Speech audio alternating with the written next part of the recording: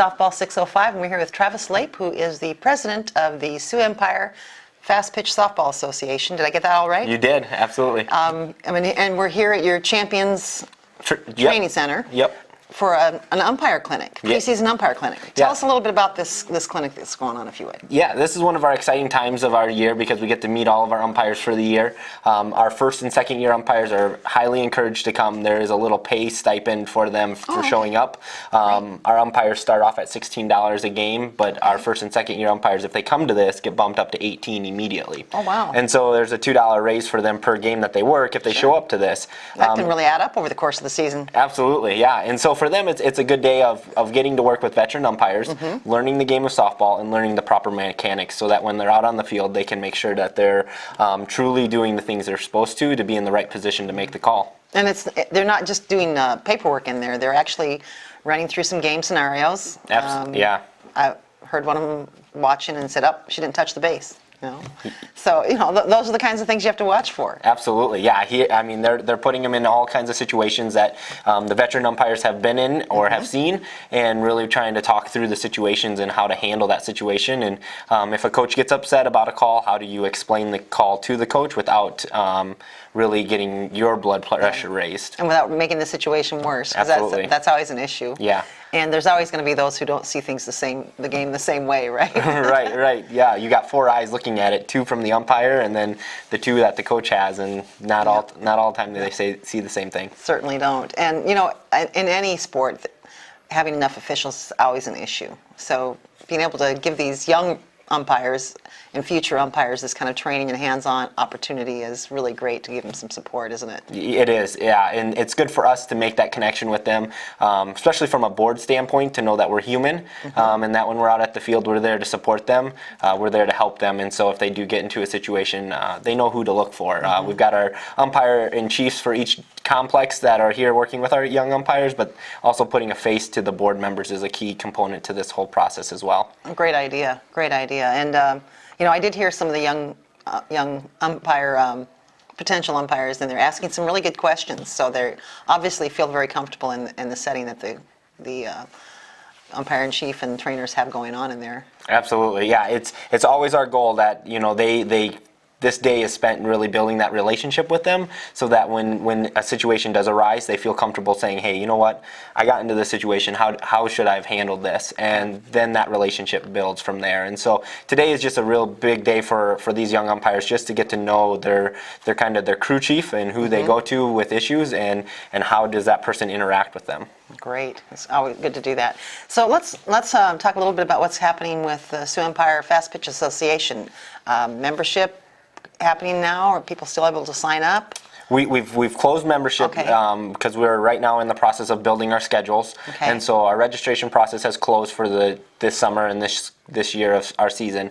But our schedules will come out here the first week in May, and then we start playing May 18th, and we'll go 6 weeks, leading all the way up to our state tournament, which will be here in Sioux Falls the second week in July. Great. So our teams use the league to really build up and prepare themselves for that state tournament. And how many teams out of the league get to go to the state tournament? All leagues qualify. Okay. And so as long as they play in our league, they qualify for state, and they're welcome to go. Out of our league, out of our upper teams, our 10 through our 18-year-old teams, we'll probably have about half of them participate in the state tournament, if not a little more. Okay.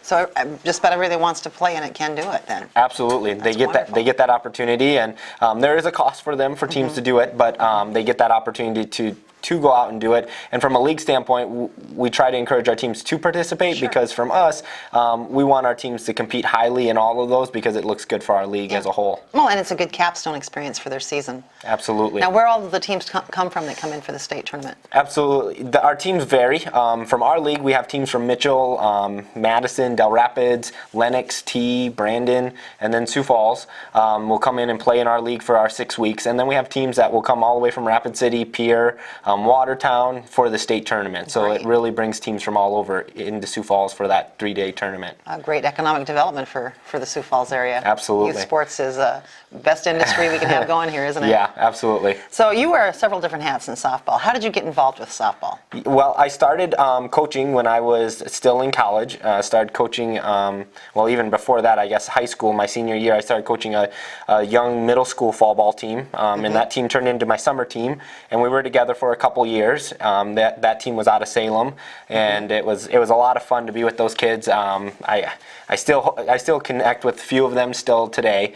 And then we moved, that team decided that some of the girls really wanted to play more competitive, more year-round, practice, train, and then really look at some competitive tournaments.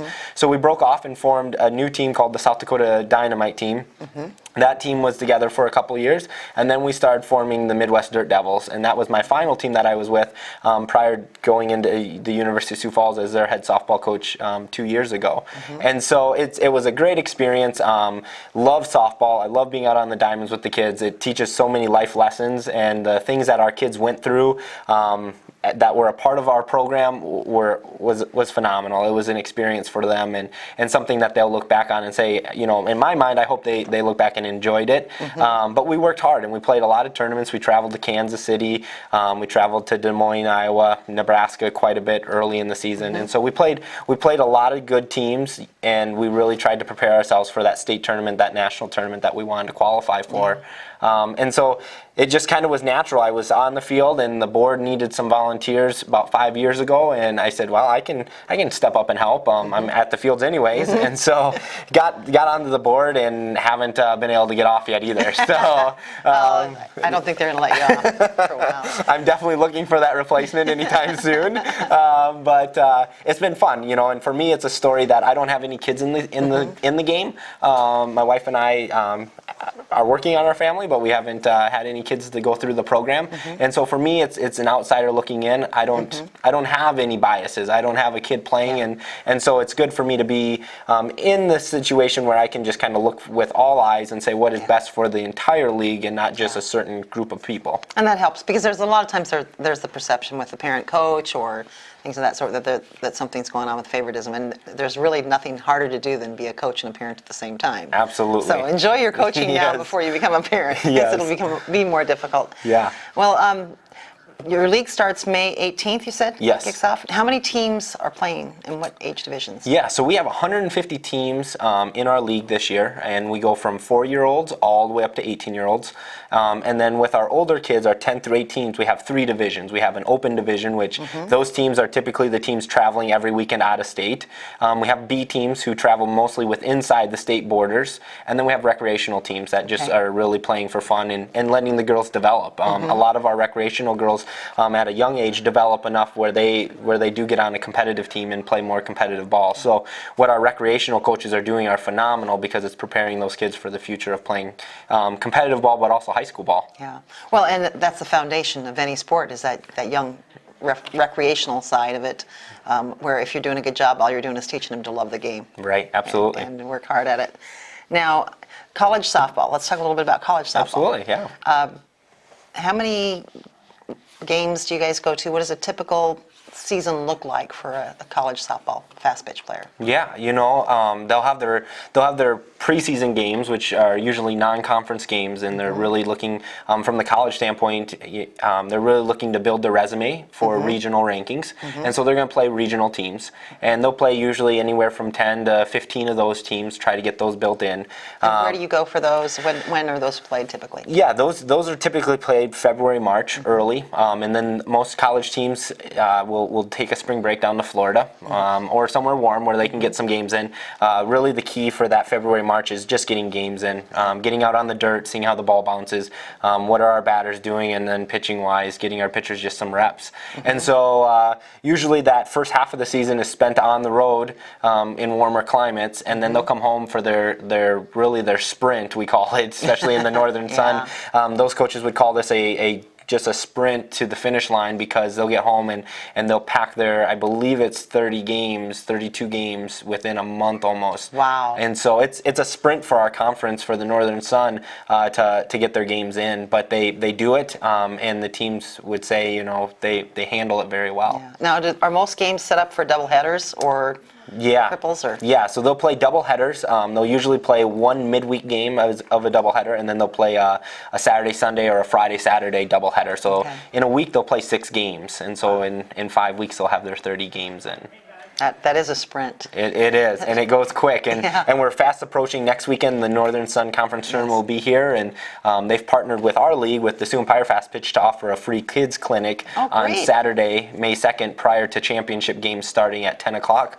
We're offering a free kids clinic at 8:30 in the morning, and it's anywhere from 10-year-olds all the way up to 18, and they're offering base running, fielding, playing catch, just really getting the kids out and being active, and then participating in that 10 o'clock game of cheering on those Northern Sun teams that have made it to championship Saturday. And so that's next Saturday? That's next Saturday. As in a week from today? Yeah. Yep. Wow, that's great to know. Where is that going to all be played at? That'll be played at Sherman Park, and so our teams, the Northern Sun teams, the top 10 that qualify, will come down here on Thursday, and they'll play Thursday, Friday, really fighting for their chance to be make it to championship Saturday. Wow. Now, how many softball complexes do we have in the Sioux Falls area, Sioux Umpire area? Yeah, so we have our 2 main ones. We have Sherman Park and Harmadan. They're known for our state tournament, our national qualifier. We host Ring Neck every year, so those 2 diamonds complexes get used quite a bit for the bigger ones. And then our youth play at Dunham Park, Frank Olson Park, and Kenny Anderson. Okay.